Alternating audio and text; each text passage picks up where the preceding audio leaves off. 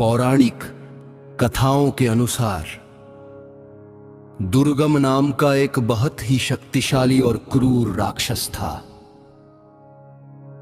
उसने अपने अत्याचारों से तीनों लोकों में हाहाकार मचा रखा था।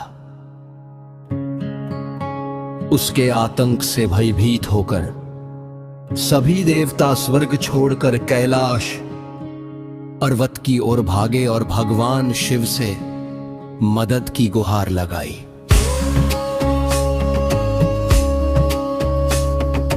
दानव दुर्गम को यह वरदान प्राप्त था कि कोई भी साधारण देवता उसका वध नहीं कर सकता। इस समस्या का समाधान करने के लिए भगवान ब्रह्मा, विष्णु और शिव ने अपनी शक्तियों को संयोजित किया। शुक्ल पक्ष की अष्टमी तिथि के दिन इन त्रिदेवों की सम्मिलित ऊर्जा और शक्तियों से साक्षात आदिशक्ति मां दुर्गा का प्रकट हुआ। देवताओं ने माता को उनके सबसे शक्तिशाली अस्त्र शस्त्र प्रदान किए। माता दुर्गा और राक्षस दुर्गम के बीच भयंकर युद्ध छिड़ गया। अंततः माता ने अपनी शक्तियों का प्रयोग करते हुए उस क्रूर राक्षस का वध कर दिया, जिससे तीनों लोगों को उसके आतंक से मुक्ति मिली।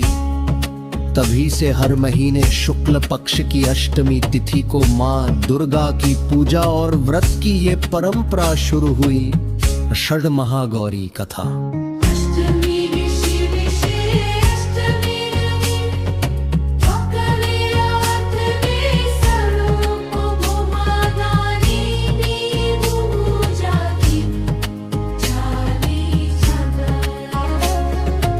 कथा के अनुसार माता पार्वती ने भगवान शिव को पति के रूप में पाने के लिए अत्यंत कठोर तपस्या की।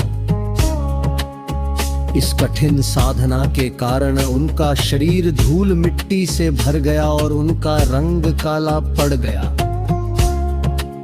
बाद में जब भगवान शिव उनकी तपस्या से प्रसन्न हुए तो उन्होंने माता के शरीर को गंगाजल से पवित्र किया।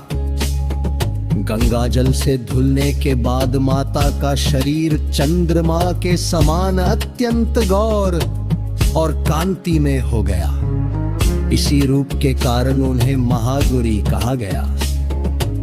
या पूजा विधि और उपाय व्रत संकल्प पर सुबह जल्दी उठकर स्नान करें और मां दुर्गा के समक्ष व्रत और पूजा का संकल्प लें। पूजा सामग्री मां को लाल चुनरी, सिंदूर, अक्षत, धूप दीप और मौसमी फल अर्पित करें। मंत्र और चालीसा मां को भोग लगाने के बाद उनके बीज मंत्र ओम ऐं ह्रीं लीं महागौरे नमः या श्री दुर्गा चालीसा का पाठ करें। कन्या पूजन दुर्गा अष्टमी के दिन। कन्या पूजन करना बेहद शुभ माना जाता है। अधिक मास या किसी भी मास की अष्टमी पर इस व्रत कथा को पढ़ने और माता का स्मरण करने से जातक के सभी भय, शत्रु और दरिद्रता का नाश होता है और घर में सुख शांति आती है। पूरी कथा।